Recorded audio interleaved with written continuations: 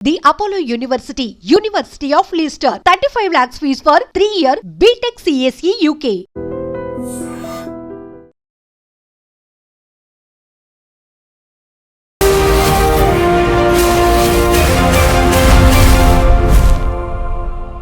నమస్తే, welcome to iDream social spotlight with Kavitha. ఇటీవల release అయినటువంటి ఒక సినిమా డైరెక్టర్ థియేటర్లో తన సినిమా చూడ్డానికి 10 మంది కూడా రాలేదంటూ బోరున ఏడుస్తూ తన చెప్పుతో తానే కొట్టుకున్నాడు. యాక్చువల్గా ఇలాంటి ఇన్సిడెంట్స్ అనేవి ఈ మధ్య కాలంలో చిన్న సినిమాలకు సంబంధించి ఎందుకని జరుగుతున్నాయి? ప్రమోషన్స్లో ఫెయిల్ అవుతున్నారా? రివ్యూస్ బాగా రావట్లేదా? లేకపోతే థియేటర్స్కి ప్రేక్షకులు వెళ్ళలేకపోతున్నారా? మనం ఒకవైపు పాన్ ఇండియా మూవీస్ అనుకుంటున్నాము, లేకుంటే రికార్డ్ కలెక్షన్స్ అనుకుంటున్నాము, అన్ని రికార్డ్స్ని బ్రేక్ చేసింది అనేటువంటి వార్తలు చూస్తూ చిన్న సినిమాల గురించి ఇలాంటి ఒక ప్యాథటిక్ సిచ్యువేషన్ అనేది ఎందుకు కనిపిస్తోంది? మనతో పాటుగా ఉన్నారు తమ్మారెడ్డి భరద్వాజ గారు. సార్ నమస్తే. సార్, మన గతంలో ప్రతిసారి పెద్ద సినిమా చిన్న సినిమా అనుకున్నప్పుడు చిన్న సినిమాకి ప్రేక్షకులు రావట్లేదు, థియేటర్ల దాకా రావట్లేదు, బోల్డంతా ఖర్చు పెడుతున్నారు, అక్కడ కష్ట నష్టాలు వీటన్నిటి గురించి మాట్లాడుకున్నాం. బట్ ఒక డైరెక్టర్ తన సినిమాకి ఎవరు రాలేదు, రివ్యూస్ మాత్రం చాలా బాగున్నాయి, బట్ ప్రేక్షకులు రావట్లేదు, ఎందుకని తనని తను అంత హింసించుకొని బాధపడ్డాడు? 50 ఏళ్ళ నుంచి చూస్తున్నామమ్మా. చాలామంది నా సినిమాలకు కూడా, అంటే మేము కొత్తగా వచ్చినప్పుడు సినిమా తీసే ప్రతి డైరెక్టరు ప్రాణం పెట్టే తీస్తాడు. అంటే ఆ సినిమా బాగుండొచ్చు, బాగోపోవచ్చు. ఆ సినిమా నేను చూడలేదు, నాకు తెలియదు. ఆ సినిమా కాదు, ఏ సినిమా అయినా తీసిన సినిమా మీకు నచ్చకపోవచ్చు, నాకు మాత్రం నేను ప్రాణం పెట్టి తీసినట్టే ఉంటుంది. నేను ఇది అంటే అందులో చిన్న సినిమాలు పర్టికులర్గా ఏమవుతుందంటే మొత్తం పెళ్ళం పుస్తితో సహా ఇంట్లో ఉన్న ఆస్తి అంతా పెట్టి సినిమా తీస్తారు. ప్లస్ టైం కూడా అట్లాగే వేరే ఉండదు కాబట్టి ఫినాన్షియల్, ఇప్పుడు పెద్ద డైరెక్టర్లు ప్రాణం పెట్టే తీస్తారు, బట్ వాళ్ళకి ఫినాన్షియల్గా బాగుంటారు కాబట్టి సండేలు హాలిడేస్ ఎంజాయ్ చేస్తూ ఉంటారు. వీళ్ళకి అది ఉండదు. ఈవినింగ్ లైఫ్లో ఎటువంటి ఇంకొనడానికి ఛాన్స్ లేదు. ఈ జీవితం అంతా సినిమా రిలీజ్ అయ్యి ఆడితే బాగుండు అనేది లైఫ్ వస్తుందని ఆశతో ఉంటారు. ఇప్పుడు ఈయన 10 మంది వచ్చారు, ఈయన చాలా అదృష్టవంతుడు. చాలామంది నోషోలు పడుతున్నాయి. ఈవెన్ పెద్ద సినిమాలు మీరు చెప్పే రికార్డ్ బ్రేక్ కలెక్షన్లు చేస్తున్న సినిమాలు కూడా నోషోలు పడుతున్నాయి ఇప్పుడు. మరి వాళ్ళు ఏమవ్వాలి? వాళ్ళు అంత పెద్ద పెద్ద స్టార్స్ కదా, వాళ్ళు ఎవరితో ఏం చెప్తూ కొట్టుకుంటారు వాళ్ళు. సో ఇవన్నీ కాదు, మనం తీయటం వరకే మన బాధ్యత. తీసిన తర్వాత వాళ్ళు చూస్తారా చూడరా అంటే, మనం తీసిన కంటెంటు, మన కంటెంటు ఇంకోళ్ళ కంటెంటు దగ్గర దగ్గర ఒకే రకంగా ఉన్నా మనం ప్రజెంట్ చేసిన విధానం, అవతల వాళ్ళు ప్రజెంట్ చేసిన విధానాలు తేడా ఉంటాయి. అవతల వాళ్ళు చేసింది నచ్చి ఉండొచ్చు, మనం చేసింది నచ్చి ఉండకపోవచ్చు. లేదంటే అవతలది ఏదో దాంట్లో ఏదో గ్లామర్ ఉండి ఉండొచ్చు, మనలో ఉండి ఉండకపోవచ్చు. సో అట్లా రకరకాల సమస్యలు ఉంటాయి. అందుకని డిసార్టన్ అయిపోయి ఉండక్కర్లేదు. మళ్ళీ ఇప్పుడు ఏదైనా మలయాళానికి వెళ్తాం, మలయాళంలో ఏమైనా చూస్తారు, మలయాళంలో పోయేవాళ్ళు అక్కడ పరిస్థితి అక్కడ ఎట్లాగే ఉంది. అక్కడ మనం చూసే సినిమాలు, అలాగే 100 సినిమాలు రిలీజ్ అయితే మనం 20 సినిమాలు చూస్తున్నాం ఓటీటీల్లో కానీ రిలీజుల్లో కానీ. మిగిలిన 80 సినిమాల సంగతి మనకు తెలియదు కదా. సో వాళ్ళు ఏమవుతారు, వాళ్ళు ఏం చెప్పుకుంటారు? మొన్న ఏదో ఓటీటీలో మలయాళం సినిమా చూసాం, చాలా బాగుంది అనిపించింది. చెక్ చేస్తే 14 లక్షలు వచ్చింది. వాళ్ళు 6 కోట్లు పెట్టి తీశారంట. మరి ఆ డైరెక్టర్ ప్రొడ్యూసర్ ఏమైపోయి ఉండాలి? సో అదేం కాదు, డిసార్టన్ అవ్వకూడదు. ఫెయిల్యూర్స్ వస్తే సక్సెస్ వస్తుంది. ఎప్పుడు ఫెయిల్యూర్ లీడ్స్ టు సక్సెస్ అని చెప్తారు కాబట్టి అతను అనవసరంగా అంత కంగారు పడక్కర్లేదు. ధైర్యంగా మళ్ళీ మంచి సినిమా తీసుకోవచ్చు.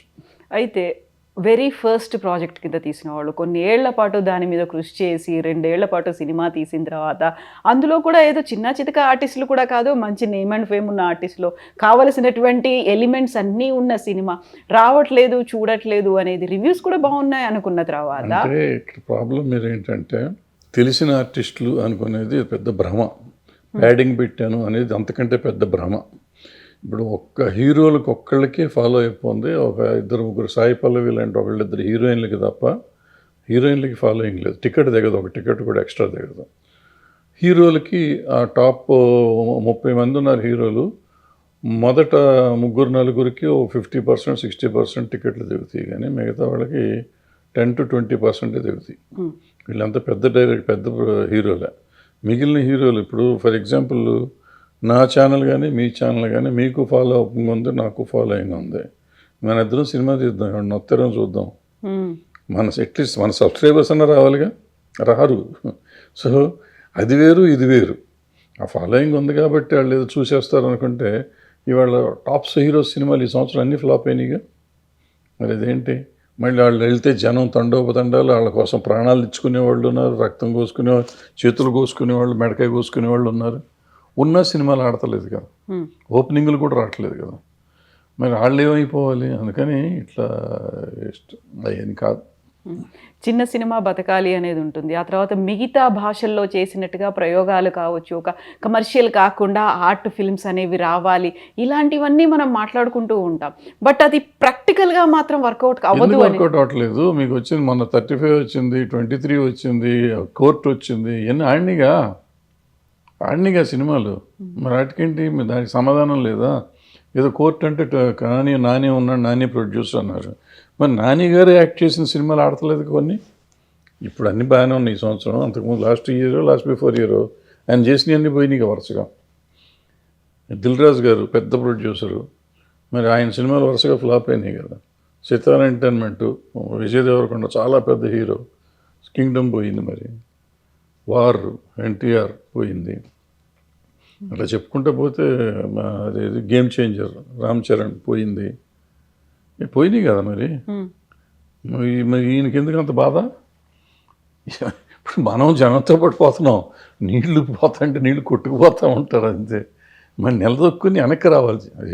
ఎదురు స్విమ్ చేసి వస్తున్నారు వాళ్ళంతా. అందుకే నిలబడి మళ్ళీ హీరోలు వాళ్ళు మళ్ళీ నెక్స్ట్ సినిమాలు చేస్తున్నారు, మళ్ళీ అదే క్రేజ్ తెచ్చుకుంటున్నారు, నిలబడుతున్నారు. అది చెయ్యాలి తప్ప నేను చెప్తూ చెప్పుకుంటాం అది కరెక్ట్ కాదు. సో ప్రమోషన్స్లో భాగంగా వీళ్ళు చేస్తున్నటువంటి క్యాంపెయిన్లు కావచ్చు, ఇస్తున్నటువంటి ప్రసంగాలు కావచ్చు, అవి బూమరాంగ్ అవుతున్నాయి అనేటువంటి అనాలిసిస్లు కూడా వినిపిస్తున్నాయి. అవును, డెఫినెట్గా. అంటే ఎప్పుడు మనం సినిమా తీస్తాం, మనం ప్రేక్షకుల ఆదరణ యాక్చువల్ ఒక రకంగా చెప్పాలంటే వాళ్ళు దయచేసి మన సినిమా చూడాలి. వాళ్ళు డబ్బులు పెట్టి చూస్తారు. సో మన మీద ఎంతో కొంత జాలో, దయ, క్షమ ఇటువంటివి ఉండాలి. వాళ్ళని మనం ఛాలెంజ్ చేయటం, నేను చించేసా, పొడి చేసా, చూడు నువ్వు ఈ సినిమాతో అంత చేస్తాం ఇండస్ట్రీది, ఎవరు చూస్తారు? లేకపోతే నేను కష్టపడ్డాను, నువ్వు చూడండి, నువ్వు ఎవరు పడతావు? నీ కోసం పడుతున్నావు, నా కోసం పడతలేదు కదా. నేనెందుకు చూడాలి? నువ్వు కష్టపడితే నేను చూడాలని రూల్ ఎక్కడుంది? చూడలేదు అనే పదం వాడకూడదు. చూస్తారు, వాళ్ళు నచ్చితే చూస్తారు. మరి ఇప్పుడు నేను చెప్పిన సినిమాలను చూశారుగా, అట్లాగే చూస్తారు ఇవి కూడా. అంతేగాని ఊరికి మనం ఇంకోటి రకంగా మాట్లాడకూడదు. సక్సెస్ అంటే దానికి యాక్చువల్గా ఇచ్చే మీనింగ్ ఏంటి సార్? జనాలు ప్రేక్షకులు వచ్చి చూడడమా, లేకుంటే కమర్షియల్ హిట్ అవ్వడమా, రివ్యూస్ బాగుండడమా? రివ్యూస్ అనేది అసలు పట్టించుకోకూడదమ్మా. రివ్యూస్ని నమ్మకూడదు కూడా నా ఉద్దేశంలో. నేను ఎవరిని నమ్మొద్దు అంటాను. ఎందుకంటే రివ్యూ అనేది ఒక ఇండివిజువల్. ఇప్పుడు క్రిటికల్ రివ్యూస్ ఎక్కడ పెద్దగా లేవు. అది ఒక్కళ్ళిద్దరు తప్ప క్రిటికల్ రివ్యూ చేయరు. ఏదో దానికి వాళ్ళ ఆలోచన విధానం ప్రకారం రాస్తారు తప్ప అది లేదు. బట్ జనం చూసిన సినిమాలే గొప్ప సినిమాల కింద లెక్క, కమర్షియల్గా వచ్చిన సినిమాలే. ఇప్పుడు నేను చెప్పిన సినిమాలన్నీ మరి డబ్బులు బాగా వచ్చినాయి. బలగం దగ్గర నుంచి లెక్కేసుకుంటూ ఉంటాను. బలగం దగ్గరే కాదు, చాలా సినిమాలు ఉన్నాయి చెప్పుకుంటాం. పేర్లు గుర్తుండి సాగు కానీ జాతిరత్నాలు ఎవరున్నారు? ప్రొడ్యూసర్ అంటారు. మరి అదే ప్రొడ్యూసర్ వేరే సినిమాలు తీసినప్పుడు ఎన్ని ఫ్లాప్ అవ్వలేదు? సో ప్రొడ్యూసరు, హీరోను, డైరెక్టరు ఇవన్నీ బోగస్. ఆ సినిమాలో దమ్ము ఉంటే ఆడుతుంది, దమ్ము లేకపోతే. ఇప్పుడు మన నరసింహ ఉంది, మరి మహావతార్ నరసింహ మళ్ళీ ₹1,00,00,000 మొత్తం భారతదేశం అంతా కలిసి ₹1,00,00,000 తోపినైంది. ఆయన 300 కోట్లు చేసింది. ఇప్పుడు ఇంకా ఆడతాను, ఇంకా ఫుల్ పోతాను. మరి ఆయన 100 ముందు రోజు చూసి ఆయన ఆత్మహత్య చేసుకుంటా అన్నాడా? అనలేదు కదా. ఇప్పుడు యాక్చువల్గా సినిమా చూడ్డానికి మా థియేటర్కి రావాలి అంటే ఎందుకు వస్తారు, ఎందుకు చూడాలి సార్? యాక్చువల్గా ఏముంటే అట్రాక్ట్ చేస్తుంది అంటారు? ఏమీ లేదు. ఇప్పుడు మీరు తీసే కంటెంట్ నన్ను అట్రాక్ట్ చేయాలి, కామన్ ఆడియన్ని. సింపుల్ అమ్మ, ఒకటే. ఒక సినిమా మనం తీస్తున్నాం, ఇప్పుడు అందరం ప్రాణం పెట్టే తీస్తాం. ప్రాణం పెట్టే తీయటం వేరు, సినిమా చూడటం వేరు. సినిమా చూడటం మనం డబ్బులు ఖర్చు పెట్టి చూస్తాం. ఇక్కడ ఏంటంటే మనం ఏదో అనుకునేది. ఇప్పుడు ఫర్ ఎగ్జాంపుల్ కోర్టు ఆడింది కాబట్టి నేను కోర్టు అతను నానికంటే నేను పెద్ద డబ్బు ఉన్నవాడిని ప్రొడ్యూసర్గా, నా డైరెక్టర్ వాళ్ళ డైరెక్టర్ కంటే గొప్ప డైరెక్టర్, నా ఆర్టిస్టులు అంతకంటే గొప్ప ఆర్టిస్టులు, నేను అంతకంటే బాగా తీస్తాను కోర్టు అని ఇంకో కోర్టు లాంటి సినిమా తీశాను. ఆల్రెడీ కోర్టు చూశారు, ఎందుకు చూస్తారు ఈ సినిమా? ఇప్పుడు ఆ సినిమా అయిపోయినా ఆయన కోర్టు లాగా తీశాను, నేను నాకంటే బాగా తీశాను, నన్ను చూడలేదు, ఎందుకు చూస్తారు? కోర్టు చూసాం ఆల్రెడీ, ఇంకా నీ కోర్టు చూడాల్సిన అవసరం నాకు లేదు. ఇప్పుడు ఇది జాలీ ఎల్ఎల్బి తీశాడు 1, సేమ్ థింగ్స్ జాలీ ఎల్ఎల్బి 2 కూడా తీశాడు వేరే హీరోని పెట్టుకుని. ఇప్పుడు హిట్ 1, హిట్ 2, హిట్ 3 చేశారు, 3 హీరోలను పెట్టి. సిమిలర్ కంటెంట్ అయినా ఒక కంటెంట్ దానికి ఒక సీక్వెల్లో ఏదో పెట్టుకుని ఏదో వేరు కథలు చెప్పుకుంటూ అలాంటి జోనర్లో కొంతమంది తీస్తున్నారు, అది వేరు. దానిలాగా చేయటం ఇంకోటి వేరు. అదేంటంటే ఆ ప్రొడ్యూసరు, ఆ డైరెక్టరు ఉండే ఇది దాని మీద ఆ కంటెంట్ అతను బాగా ప్రజెంట్ చేస్తాడు కాబట్టి మనం ఇంకోసారి వెళ్తాం. ఇప్పుడు నాలాంటి డైరెక్టరు అంతకుముందు సక్సెస్ ఫెయిల్యూర్లు ఉన్నాయి కాబట్టి ఇప్పుడు నేను సడన్గా వచ్చి కోర్టు చూసి, నేను చిన్న సినిమాలు తీసాను, కోర్టు చూసి లేకపోతే బలగం చూసి నేను బలగం లాంటిది తీశాను అంటే, నువ్వు బలగం చూసాం కదరా బాబు, నాకెందుకంటే కోర్టులాగా తీసాను ఎందుకు? ఆల్రెడీ నువ్వు ఫ్లాపులు తీసినావు, మళ్ళీ ఒక ఫ్లాప్ ఇస్తావు అంటారు అనుకుంటారు, రారు. వీటన్నిటికంటే నేను ఒక కొత్త కంటెంట్, ఫ్రెష్ కంటెంట్ తీసుకొస్తున్నాను, ఎవరూ చూడండి. అంటే అట్లీస్ట్ ఇప్పుడు మన జనరేషన్, ఇప్పుడు నేనంటే నా జనరేషన్, మీరైతే మీ జనరేషన్, ఆ పిల్లడైతే ఆ పిల్లడి జనరేషను, మా జనరేషన్లో చూడని సినిమా నేను కథ ఒకటి తీసుకొస్తున్నాను, కొత్తగా ప్రజెంట్ చేస్తున్నాను. అది ప్రోమోను ఇంకోటి వచ్చినప్పుడు, టీజర్ వచ్చినప్పుడు చూస్తే అవ్వాలి. ఇప్పుడు అదే ఇందాక మొదలెట్టింది అక్కడెక్కడంటే, చూస్తానికి వెళ్ళినప్పుడు ఈ సినిమా చూస్తాను. ఇప్పుడు నేను అన్న మొత్తం ప్రాణం పెట్టి సినిమా తీస్తున్నా, నేను ప్రాణం పెట్టే సినిమా ఎవరో తీస్తే ప్రాణం పెట్టి నువ్వు చూస్తావా? నేను ప్రతిఘటనను ఒక సినిమా తీశాను, నేను ప్రాణం పెట్టే తీసా, మొత్తం ఆస్తులన్నీ పెట్టి తీసా, షో క్యాన్సిల్ అయింది, బాగా ఇది డిసప్పాయింట్మెంట్ ఉండింది, బాగా తీసాం అనుకున్నాం, బట్ జనానికి నచ్చలా. మనం ప్రజెంట్ చేసిన విధానం తప్పు ఉండొచ్చు, ఏదో తప్పు ఉండొచ్చు, మన తప్పు ఉంది. ఆ తర్వాత చేయలే, 14 ఏళ్ళు 13 ఏళ్ళు అయిపోయింది. సో డిసార్డర్ అయి కూర్చుంటే ఏమొస్తుంది? ఏం రాదు. అయితే ఆ తీసేటప్పుడు మా అల్లుడు చెప్పాడు, ఎందుకు తీస్తున్నామా ఈ సినిమా అని అడిగాడు నన్ను. అయితే చూస్తారు, ఇది బ్రహ్మాండమైన కంటెంట్ అని నేను చెప్పాను. సో తీసినాక నా కష్టాలు నేను పడ్డాను, రిలీజ్ చేశాను, మొత్తం పోయింది, ఉన్నది ఉంచుకున్నది పోయింది అనుకోండి. ఆ తీసే రోజు మా అల్లుడు అడిగిన లెక్క ప్రకారం నేను ఆలోచించి, నేనైతే ఈ సినిమా చూస్తాను అని ఆలోచించి ఉంటే ఆ రోజు నాకు జ్ఞానోదయం అయ్యి ఉండేది. అది ఆలోచించాల.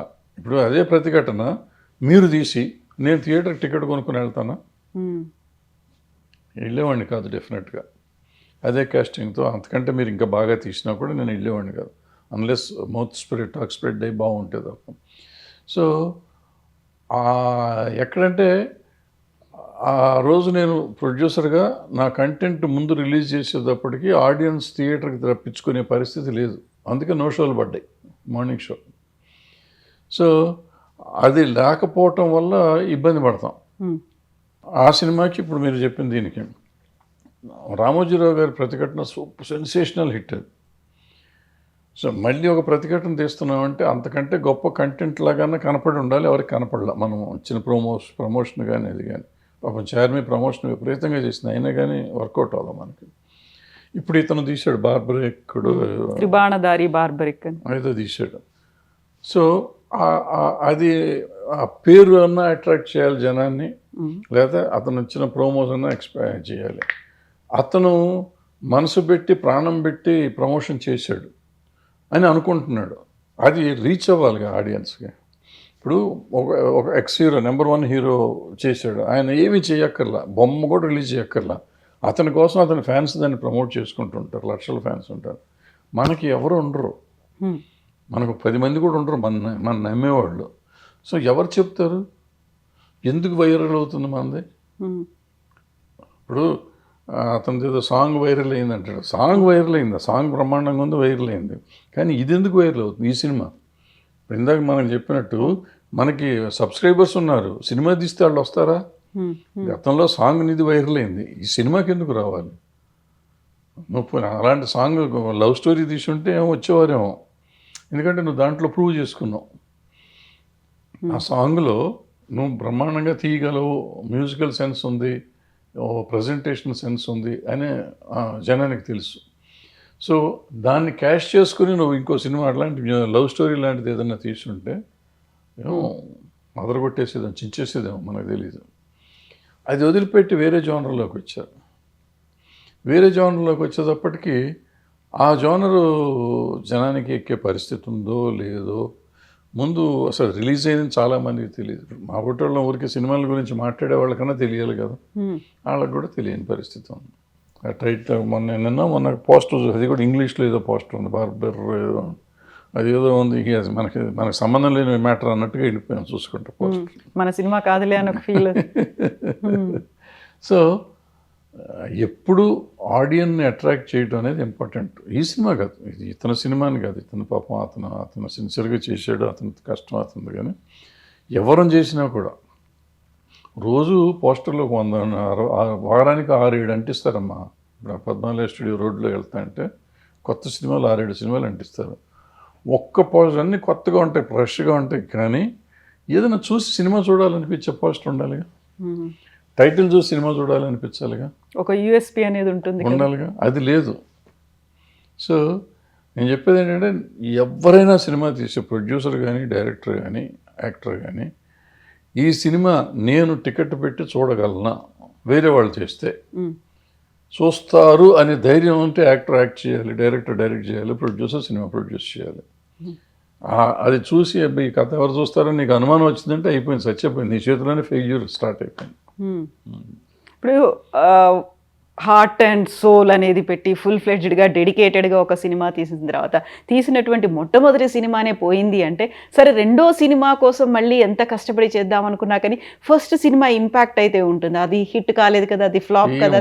అవన్నీ ఉండవు అని అవసరం. అవన్నీ ఇప్పుడు హార్ట్ అండ్ సోల్ పెట్టకుండా ఎవరు సినిమా తీస్తారు అంటే, కొంతమందికి నాలెడ్జ్ లేక ఏదో ఆవేశంతో తీసినా ప్రాణం పెట్టే తీస్తారు. నాకు తెలిసిన టెక్నాలజీ, ఇప్పుడు నీకు కొంత టెక్నాలజీ తెలుసు కాబట్టి నువ్వు హార్ట్ అండ్ సోల్ పెట్టావు. నాకు తెలిసిన టెక్నాలజీకి నేను హార్ట్ అండ్ సోల్ పెడతా.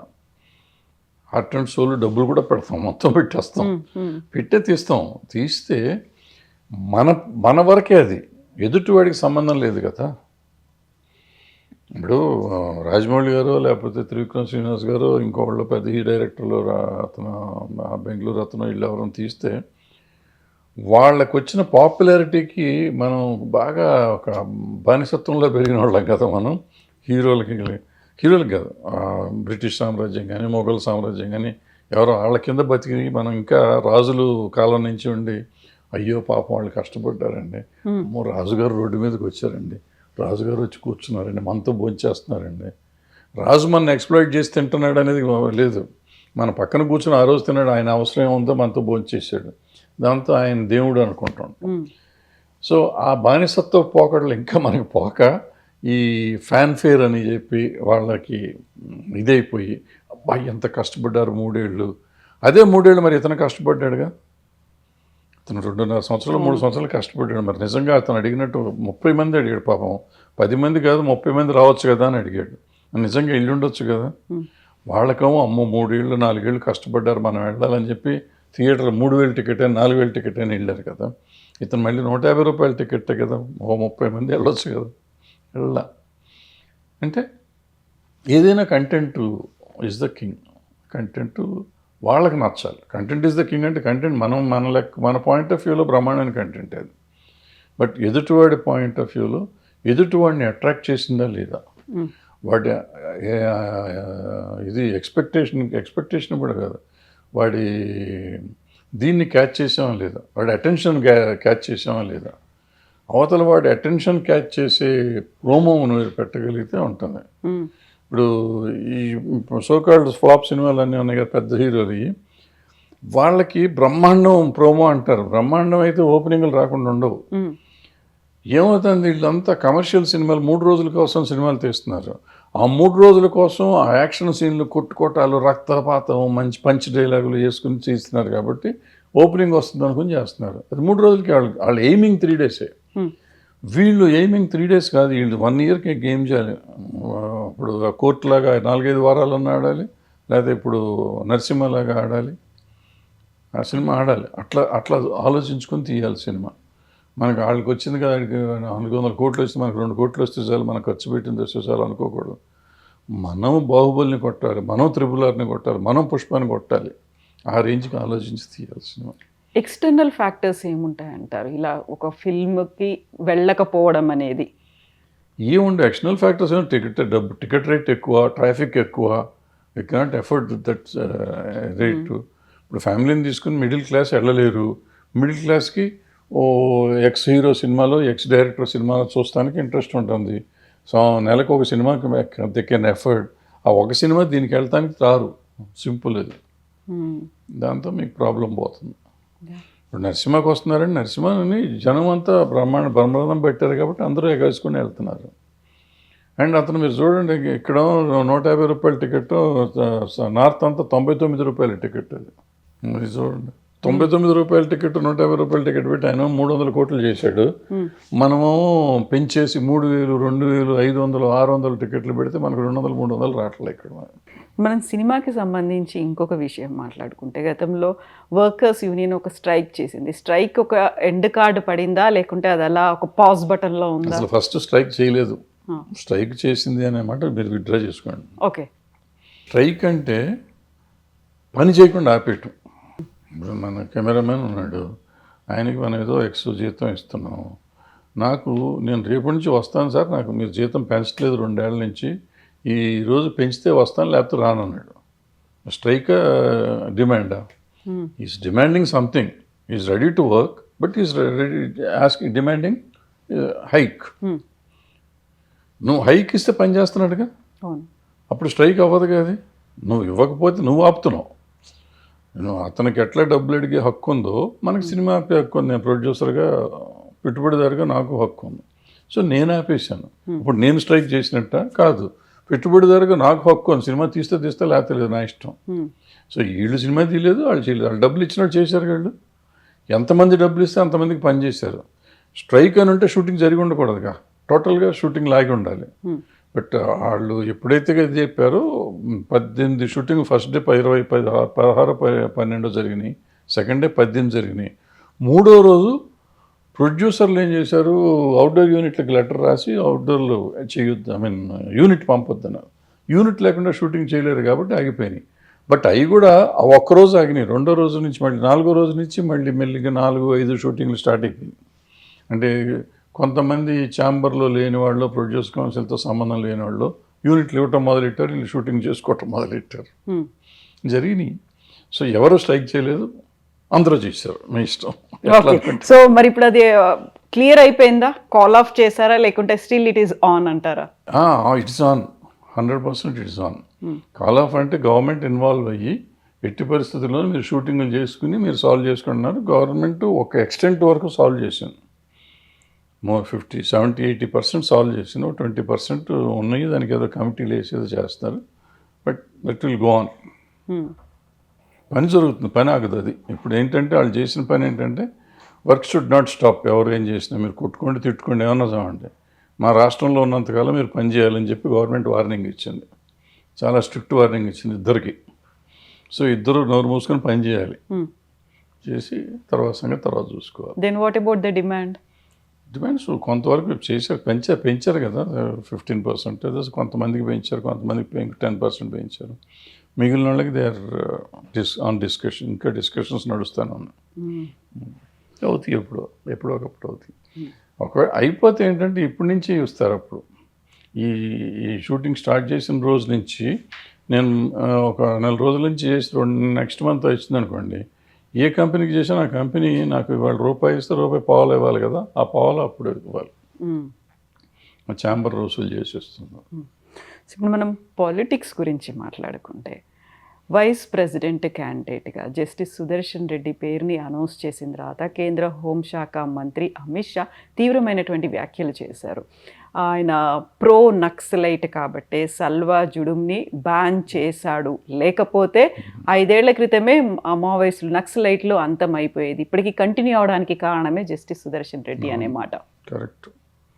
గాంధీ దేశానికి ద్రోహం చేశాడు, నెహ్రూ దేశానికి ద్రోహం చేశాడు. వాళ్ళిద్దరూ లేకపోతే అఖండ భారత్ ఉండేది మన దేశంలో అని కూడా అమిత్ షా చెప్పాడు కదా. వాళ్ళు దేశద్రోహులే కదా వాళ్ళు. సో సిమిలర్గా వాళ్ళు ఏదైనా మాట్లాడగలరు, వాళ్ళకి మాట్లాడే హక్కు ఉంది, మాట్లాడతారు. సో దాన్ని అంతా మనం తీసుకుంటాం. మరి గాంధీ గారు లేకుండా స్వతంత్రం వస్తుందా, నెహ్రూ గారు లేకుండా వస్తుందా? వాళ్ళు నిజంగా దేశద్రోహులా? వాళ్ళని కులాలు మతం కూడా మార్చేశారు వాళ్ళదే, వాళ్ళు వేరే మతానికి కూడా పంపించేశారు. సో వీళ్ళు చేసే ఈ ప్రచారాన్ని మనం పెద్దగా పట్టించుకోవాల్సిన అవసరం లేదు. ఇవాళ వీళ్ళు ఏ ప్రచారం చేసినా చేయకపోయినా ఆయన గెలుస్తాడా గెలవడా ఎట్టా గెలవనివ్వరు, ఎందుకంటే మెజారిటీ వాళ్ళకే ఉంది.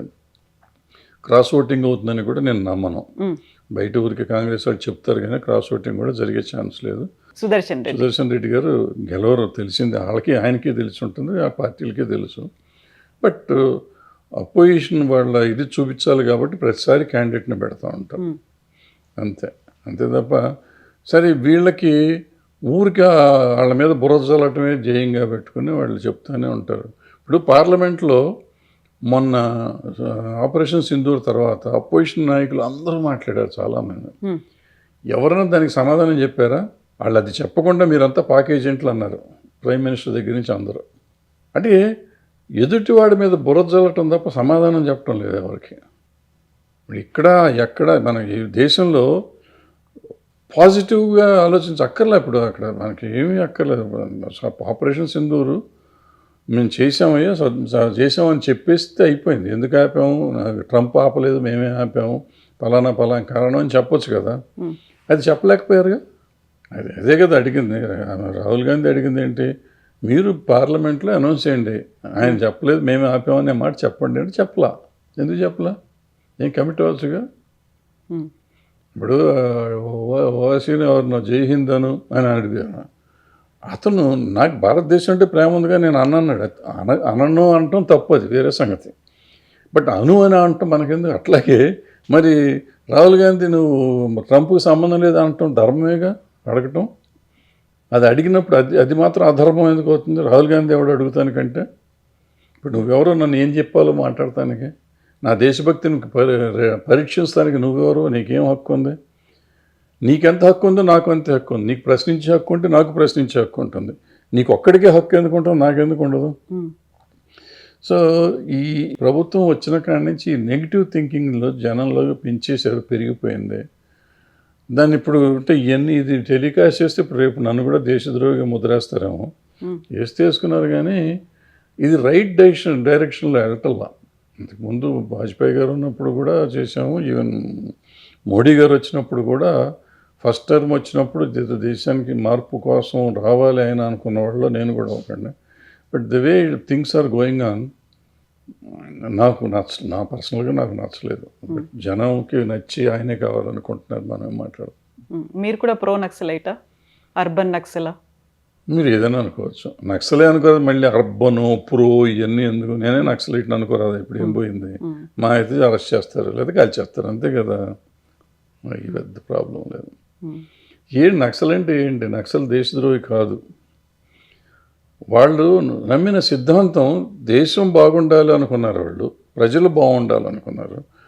అయితే తుపాకీ కొట్టడం ద్వారా స్వతంత్రం వస్తున్నారు. ఇప్పుడు గాంధీ అప్పుడు కూడా భగత్ సింగ్ గారు ఇంకో రకంగా తుపాకీ పట్టుకొని చేశాడు. ఆయన నక్సలైటా? ఆ రోజుకి నక్సలిజం లేదు కానీ, బట్ ఆయన తుపాకీ పట్టుకుని వచ్చాడు. ఉద్దమ్ సింగ్ తుపాకీ పట్టాడు. వీళ్ళంతా తుపాకీ పట్టుకున్న వాళ్ళంతా ఇలా అల్లూరి సీతారామరాజు తుపాకీ పట్టాడు. వీళ్ళంతా దేశద్రోహులా? వీళ్ళంతా నక్సలైట్లు ఆ రోజున? కాదుగా. వాళ్ళు కూడా ఆలోచన విధానం ఏంటి? ఇవాళ ఆ నక్సలైట్లు అనేవాళ్ళు ఇవాళ రాంగ్ రూట్లో ఉన్నారా, ఇంకో రూట్లో ఉన్నారా పక్కన పెడితే, బట్ ఆలోచన విధానం ఏంటంటే సమసమాజం కావాలి, ప్రతి మనిషి బాగుండాలి, అందరూ బాగుండాలి. అందరూ బాగుండాలి అనుకునేవాడు దేశద్రోహి ఎట్ట అవుతాడు? నాకు అర్థం కాల. అయితే నా తుపాకీ పట్టుకుని వీళ్ళంతమందిని చంపేయటం అనేది దుర్మార్గం. అది నిజంగా దుర్మార్గమే. బట్ ఇంటెన్షన్, ఇప్పుడు మన పోలీసు వాళ్ళు ఉంటారమ్మా, పోలీసు వాళ్ళు కాల్చడం అనేది తప్పని చట్టం చెప్పినా ఎన్కౌంటర్నో ఇంకోటనో చేసి పారేస్తూ ఉంటారు. అది చట్ట ప్రకారం వాళ్ళకి చంపే హక్కు ఉందా? లేదు, అయినా చంపుతున్నారు. వాళ్ళు దేశద్రోహులా? మిలిటరీ వాళ్ళు ఉన్నారు, యుద్ధంలో ఎవరినో చంపుతారు, అపోజిషన్ వాళ్ళని చంపుతారు. అంటే మనిషి చంపడం మానవత్వమా? కాదుగా. కానీ వీళ్ళు దేశ రక్షణ కోసం ఎదుటివాడు శత్రువుని కాబట్టి శత్రువుని చంపుతారు. శత్రువుని చంపటం అనేది ఇది. వీళ్ళు నక్సలైట్లు ఈ పెట్టుబడిదారీ వ్యవస్థ దేశద్రోహులు అనుకుని వాళ్ళు అనుకుంటారు. ఈ యువతరాళ్ళు వాళ్ళు తుపాకీ పట్టుకుని వచ్చి మా మీద యుద్ధం చేయడం తప్పని వీళ్ళు అనుకుంటున్నారు. ఎవరు రైట్ ఎవరు తప్పు అంటే డెఫినెట్గా డెమోక్రసీలో ఓట్లు ఇదే తప్పు, వాళ్ళే తప్పు, నక్సలైట్లే తప్పు కొంతవరకు. వాళ్ళకి ఇది ఉన్నా కానీ దానికి ఒక పద్ధతి ఉంటుంది, ఇది ఉంటుంది, అంతే తప్ప ల్యాండ్ మైన్స్ పెట్టి దొరికినట్టు పోలీసులు they are doing their duty చేసే వాళ్ళని చంపటం. సల్వాజుడం అప్పుడు అంతమందిని చంపేశారు, అది అన్యాయంగా. చిన్న చిన్న పిల్లలు చచ్చిపోయారు, ఆ రోజు 300 మంది చచ్చిపోయారు. దుర్మార్గం అది. అంటే అంత మానవత్వం లేకుండా చేయటం అనేది నక్సలైట్లు చేయటం. ఇది ఒకళ్ళు అలా పొరపాటును చంపటాన్ని క్షమించవచ్చు, కానీ ఆ సల్వాజుడం వాళ్ళని చంపిన ఇది మాత్రం క్షమించకూడదు అన్నమాట. సో బట్ ఇంటెన్షన్ తప్పు కాదు కదా, తప్పు ఈ చంపటం తప్పు, కానీ వాళ్ళ ఆలోచన విధానం సరైన పందాలో లేదు అనేది చూడాలి. సో నక్సలిజం పోవాలి అంటున్నారు, పోవాలి, ఎందుకంటే చంపుతున్నారు కాబట్టి పోవాలి. సో ఆలోచన విధానం అంటే బ్యాలెట్ కాదు కావాల్సింది బుల్లెట్తోనే అనేటువంటిది. ఇప్పుడు తుపాకులు పట్టుకొని అడవుల్లో తిరగడం కావచ్చు, లేకుంటే అభివృద్ధికి వ్యతిరేకంగా మాట్లాడడం కావచ్చు, మీరు చెప్పినట్టుగా పోలీసుల్ని కావచ్చు, ప్రజాప్రతినిధుల్ని అంత క్రూరంగా చంపేయడం. అప్పుడు ఎందుకని మాట్లాడలేదు ఇలాంటి ప్రో నక్సల్ భావజాలం ఉన్నవాళ్ళు, లెఫ్టిస్ట్ బ్యాక్గ్రౌండ్ ఉన్నవాళ్ళు అనేది కూడా వినిపిస్తోంది. ఒకవేళ జస్టిస్ సుదర్శన్ రెడ్డి కనుక అలాంటి తీర్పుని ఇవ్వకపోయి ఉంటే ఎప్పుడో అంతమైపోయేది అనే మాట. ఇప్పుడు కూడా ఆపరేషన్ కగారం చేపడుతున్నారు కాబట్టి. ఆయన ఏమిచ్చాడు? ఆపరేషన్ కగారు గవర్నమెంట్ చేస్తున్న ఇదమ్మా, ఇది ఒక ప్రైవేట్ సైన్యాన్ని నడిపించారు. సల్వాజుడం అనేది it's not a government funded అయితే అయ్యి ఉండొచ్చు. ఇప్పుడు బింద్రేన్వాలా కూడా గవర్నమెంట్ ఫండెడ్ రకంగా చెప్తే, బింద్రేన్వాలా కూడా గవర్నమెంట్ ఫండెడే. ఆయన ఇందిరాగాంధీని చంపాడు, ప్రైమ్ మినిస్టర్ని చంపేశారు. సో ఎప్పుడైనా తప్పు, బింద్రేన్వాలాది ఎంత తప్పు, సల్వాజుడం కూడా అంతే తప్పు. అప్పుడే కాంపింగ్ చేయండి. ఇప్పుడు వీళ్ళు గార్డ్స్ ఏమంటారు, వాళ్ళు పోలీసు స్పెషల్ ఫోర్స్ను గ్రే హౌండ్స్ వాళ్ళ టీం పెట్టారు కదా, గ్రే హౌండ్స్ వాళ్ళు చేసుకుని పని చేసుకుంటారు, అది చేయమనండి. బట్ మధ్యలో వీళ్ళు ఎట్లా వచ్చారు? ఇప్పుడు మనలాంటి పని, ఇప్పుడు అక్కడ కూడా ఇలాంటి పొరపాటే జరుగుతుంది నక్సలైట్లో కూడా. కొంతమంది శత్రుత్వంతో కానీ, లేకపోతే తిండి లేక కానీ, భోజనం కానీ, అంటే ఒక ఆలోచన విధానంతో దాన్ని ఏమంటారు, సిద్ధాంతాన్ని నమ్మి వెళ్ళి తుపాకీ పడతాం వేరు, అవసరం కోసం లేకపోతే ఇంకో దీంతోనే వెళ్ళటం వేరు. ఇక్కడ పోలీసులు కూడా వాళ్ళు డ్యూటీలో వెళ్తున్నారు, డ్యూటీలో వెళ్ళటం వాళ్ళని తప్పు పట్టకూడదు. మనం సల్వాజుడం అనేది ఏంటంటే ఒక వేరే మనం ప్రైవేట్ ఆర్మీని తయారు చేసి ఆర్మీని వాళ్ళ మీద వదిలిపెట్టాం.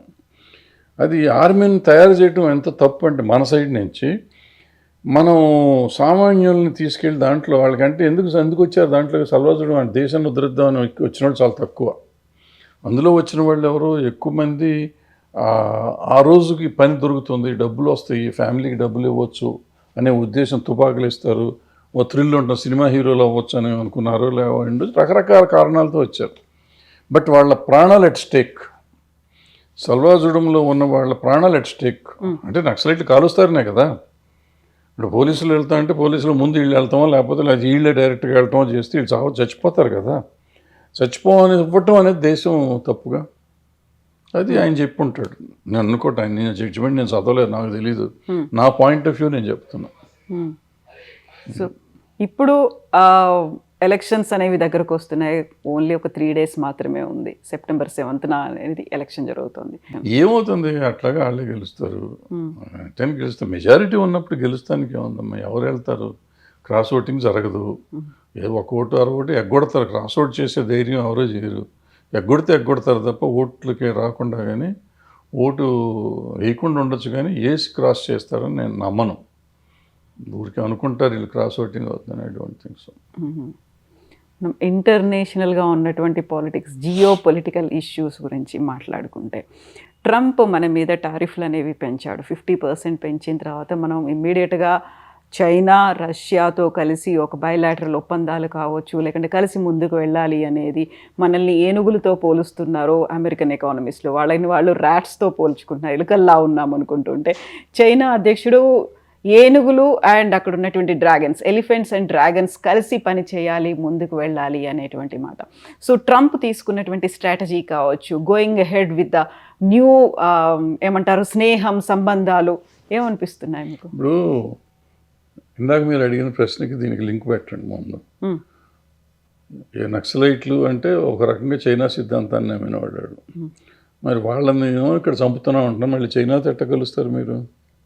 మొన్నటిదాకా పాకిస్తాన్ వచ్చినప్పుడు మన యుద్ధం చేసినప్పుడు చైనా వాళ్ళు చేస్తున్నారు ఇదంతా, వాళ్ళే వెనకాల ఉన్నారన్నాం, వాళ్ళ వస్తువులు కొనొద్దన్నాం, వాళ్ళని బాయ్కాట్ చేయమన్నాం, చైనాని ఇక్కడి నుంచి ఎడగొడదాం అన్నాం. ఇన్ని మాటలు చెప్పిన మనం మళ్ళీ చైనాతో ఎట్ట కలుస్తాం? ఎందుకు కలుస్తున్నాం? ట్రంప్ అనవాడని చెప్పి ట్రంప్ని తీసుకొచ్చి అబ్కీ బార్ ట్రంప్ అన్నాడు మోడీ గారు. అంతకు లాస్ట్ ఎలక్షన్లో గెలవలేదనుకోండి. ఈయన పాకిస్తాన్ వెళ్ళాడు. ఎవరు ట్రంప్, మన మోడీ గారు ఒకసారి నవాజ్ షరీఫ్ బర్త్డేకి వితౌట్ నోటీసు కరాచీలో విమానం దిగాడు ఆయన. సో మనం ఇంటర్నేషనల్ ఏదో మనం ఆయన అంబాసిడర్ ఫర్ ఇంటర్నేషనల్ దీన్ని అఫేర్స్ అన్నట్టుగా మోడీ గారు తిరుగుతూ ఉంటారు. ఏది నమ్మాలి ఏది నమ్మక్కర్లేదు మనం, ఏది కరెక్ట్ ఏది తప్పు అంటే డబుల్ స్టాండర్డ్స్ మనకు అయిపోతున్నాయి. ఇక్కడేమో నక్సలైట్లు కమ్యూనిస్టులు అనే వాళ్ళని చంపేయాలి, కమ్యూనిస్ట్ ఉండకూడదు దేశంలో అంటారు. అక్కడేమో కమ్యూనిస్ట్ దేశాలు, మాజీ కమ్యూనిస్టులైన సోవియట్ రష్యా కానీ ప్రజెంట్ కమ్యూనిస్టులైన చైనాతో కానీ మనం కలుస్తూ ఉంటాం. నక్సలైట్ల మీద కదా ఎజెండా అనేది. కమ్యూనిస్టులే కదమ్మా, నక్సలైట్ అనేది వేరే పార్టీ కాదు. నక్సలైట్లు కమ్యూనిస్ట్ పార్టీ, మార్క్సిస్ట్ లెనినిస్ట్ ఏదో ఉంటుంది, దాంట్లో మావోయిస్టో ఏదో ఉంటుంది కదా. వాళ్ళు ఎప్పుడైనా కమ్యూనిస్ట్ కాదన్నారా? మేము కమ్యూనిస్టులం కాదు, మాది వేరే పార్టీ అని ఎవరిని చెప్పారు మీకు? చెప్పలేదు కదా. సో మనకి స్టాండర్డ్ లేదు, ఆలోచన విధానం లేదు. మనం అనుకున్నది ఇప్పుడు ఏంటంటే కావాలి, వాళ్ళకి కావాలి, మనకి కావాలి. ఇక్కడ ఏంటంటే అవసరం, మనం మెటీరియలిస్టిక్ వరల్డ్లో ఉన్నాం. మనకి ఏది అవసరం అయితే దాన్ని, ఏది మనకు కావాలంటే తీసుకుంటాం, ఏది అక్కర్లేదంటే అక్కర్లా. మరి అదే కాంగ్రెస్లో గాంధీ గారు దుర్మార్గుడు, నెహ్రూ దుర్మార్గుడు, పటేల్ దేవుడు అయిపోతాడు. మళ్ళీ ఆయన పటేల్ గారు చూస్తేనో 52 ఫస్ట్ ఎలక్షన్కే లీడ్ అయినా. ఈ భారతదేశం బిల్డ్ అయిన టైంలో పటేల్ గారి పాత్ర లేదు అసలు. యాక్చువల్గా 52తో ఆయన అయిపోయింది, ఆయన చాప్టర్ క్లోజ్ అయిపోయింది, ఆయన చచ్చిపోయారు ఆయన. మరి ఆయన దేవుడు అని చెప్తున్నాం. మరి అంటే ఇప్పుడు ఈ 70 ఏళ్ళు కాంగ్రెస్ చేసిందంత అన్యాయం అయితే, అన్యాయం చేసిందో చేయలేదో పక్కన పెడితే ఈ డెవలప్మెంట్ అంతా ఎక్కడిది? ఇవాళ ఈ పరిస్థితికి చేసి ఈ 15 ఏళ్లలోనే వచ్చిందా? ఈ మోడీ గారు వచ్చిన 12 ఏళ్లలోనే భారతదేశం మారిందా? అంతకుముందు చరిత్ర లేదు అసలు మనకి. అంతకుముందు అసలు ఎక్కడ ఉండేవాళ్ళం?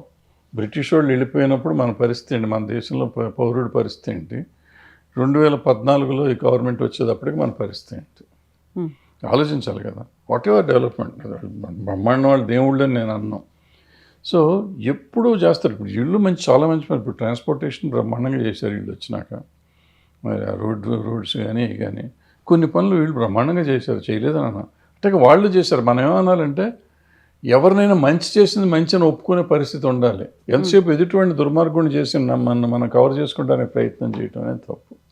అది ఇప్పుడున్న నాయకులు అందరూ చేస్తున్నారు, అన్ని పార్టీలు. ఆంధ్రలో చూడండి, ఆంధ్రలో కూడా అదే పరిస్థితి నడుస్తుంది, ఇక్కడ అదే పరిస్థితి నడుస్తుంది. ఏదో ఎంతసేపు గతం వాళ్ళని తిట్టుకుంటూ పోవటం, వాళ్ళని తిట్టుకుంటే వీళ్ళని ఎవరు అడగరు కదా. నువ్వేం చేస్తున్నావయ్యా అంటే వాడేం చేశాడండి, గతంలో నాశనం చేశాడు. గతం సంగతి ఆడు నాశనం చేశాడు కదా, ఆయన పంపించేసాం మేము వాళ్ళని పంపించి మిమ్మల్ని తీసుకొచ్చింది ఎందుకు? వాళ్ళు నాశనం చేశారని నువ్వు మళ్ళీ అదే స్టోరీ మాకు చెప్తావు ఎందుకు? ఎలక్షన్ ముందు నువ్వు ఏదే చెప్పేవాడు దుర్మార్గుడు, నేను నమ్మి ఓటేసాం, నువ్వు వచ్చావు, ఇంకా వాడు దుర్మార్గుడు అని చెప్పలేదు. నువ్వు చేస్తానన్నా చెయ్యి, నువ్వు ఎందుకు చేయలేదంటే ఆడు దుర్మార్గుడు కాబట్టి ఇప్పుడు చేయట్లేదు, అప్పుడు దుర్మార్గం చేస్తే ఇప్పుడు ఎందుకు చేయట్లేదు? సో ఇప్పుడు తీసుకుంటున్నటువంటి స్నేహ సంబంధాలు కావచ్చు, సరికొత్తగా అవుతున్నటువంటి బయలాటరల్ ఒప్పందాలు, భవిష్యత్తు ఎలా ఉంటుంది అనుకుంటున్నారు? బాగుంటుంది, ఏముంటుంది, బాగానే ఉంటుంది, బ్రహ్మాండంగా ఉంటుంది.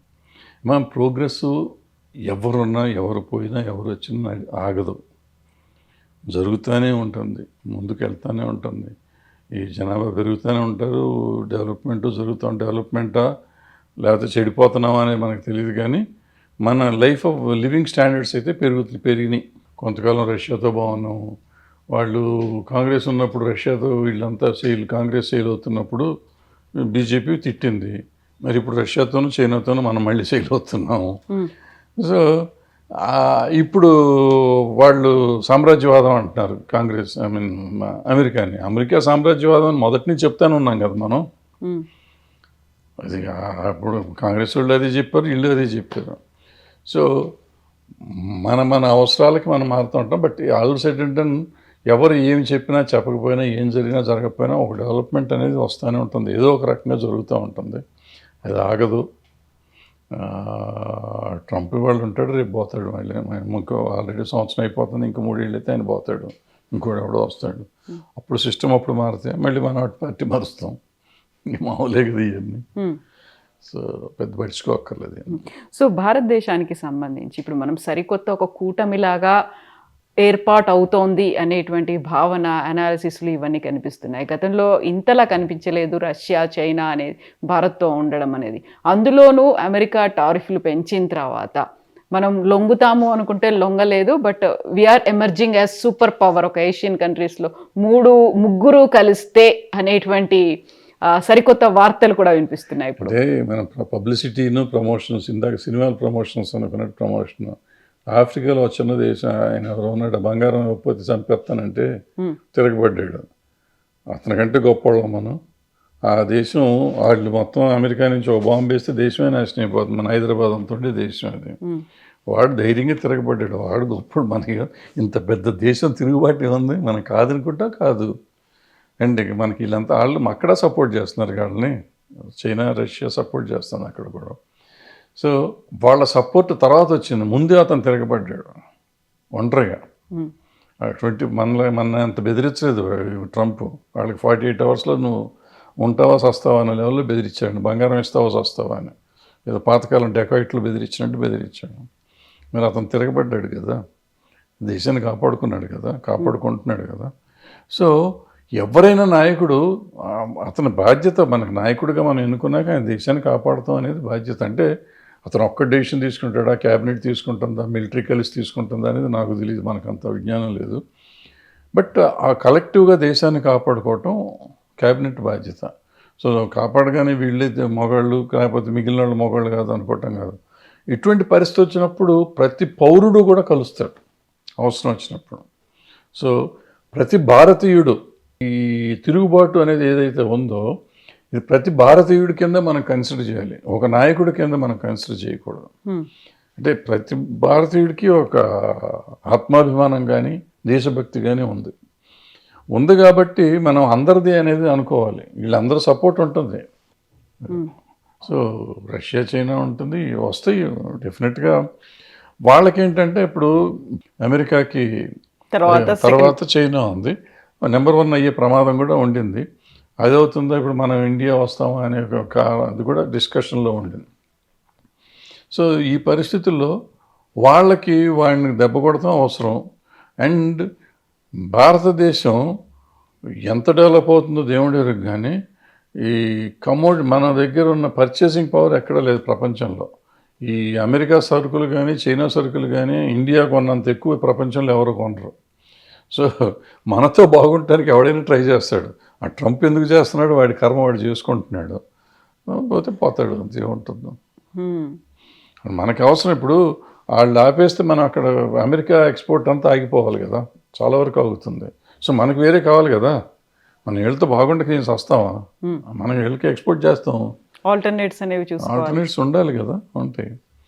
సో అవతలోడు ఏంటి అని మెయిన్ పెద్ద ఫోర్స్లు ప్రపంచంలో నెంబర్ 2 ఫోర్స్ అది. సో దాన్ని కలుస్తానికి తప్పు లేదు, కరెక్ట్ కూడా. బట్ చైనా నమ్మదగినటువంటి మిత్రుడేనా అనేటువంటి ఒక వాదన కూడా. ఎవడైనా నమ్మదగ్గ మిత్రుడేనమ్మా, ఎవడు ఏమి చేయడు. ఇప్పుడు పూర్వకాలంలాగా రాజ్యాలు లేవు ఇక్కడ. ఇప్పుడు చైనాను ఊరికే మనం అంటాము, చైనానో రష్యానో పాకిస్తానో ఏదైనా అనుకోండి, ఏం చేస్తారు వచ్చి వాళ్ళ దేశాన్ని వాళ్ళు ఏలుగు చేస్తానికి కష్టంగా ఉంది ప్రస్తుతం. ఎక్సెప్ట్ చైనా, ప్రపంచంలో ప్రతి వాళ్ళ దేశం వాళ్ళు ఏలుకోవటం ఉంది. చైనాలో కూడా ఇంటర్నల్గా ఎన్ని ప్రాబ్లమ్స్ ఉన్నాయో మనకు తెలియదు. బట్ బయట నుంచి చూస్తానికి చైనా అన్ని దేశాల కంటే బెటర్ దేశంగా ఉంటుంది. కానీ ఇంటర్నల్గా వాళ్ళకి ఎన్ని ఉన్నాయో తెలియదు.